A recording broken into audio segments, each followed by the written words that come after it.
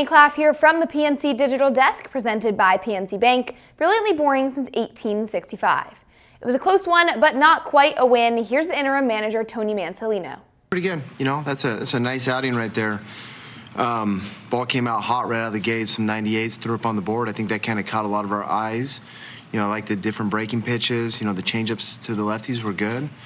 You know, 60-something pitches, rolled through, you know, 6 innings and got us into the 8th after the opener situation. Thought he threw the ball great. Aiken had pitches an emotional 8th inning. Yep. What was behind putting them out? So the first 2 hitters, Duran and Rafaela, historically and this year, much better against right-handed pitching, significantly better. So lefties are the play on him. Aiken's neutral. The idea was to get through those 2 guys with Aiken, and then most likely they would have pinch hit one of the righties, probably Rami Gonzalez right there for Lau, at which point we had Rico Garcia up. We just didn't want to send Rico out basically against 4 straight hitters that are really tough on right-handed pitching. And then on top of that, just the idea that Aiken had a 5-out save a few days ago, we felt like he was kind of primed for it. So what made Bayo so difficult today?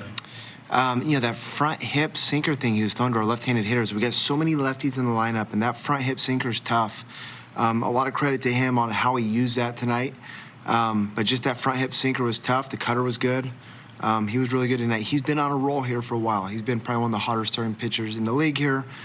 We've had a couple tough days here against some pretty good starters, and it's going to be another challenge tomorrow.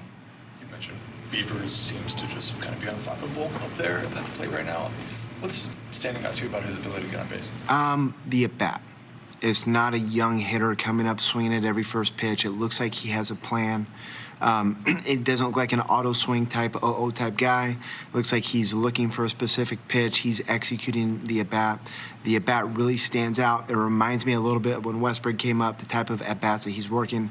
2 college hitters, a little more experience than some of our younger high school players. So I just think that the style of a bat is more of a major league at-bat than an ambush type of bat.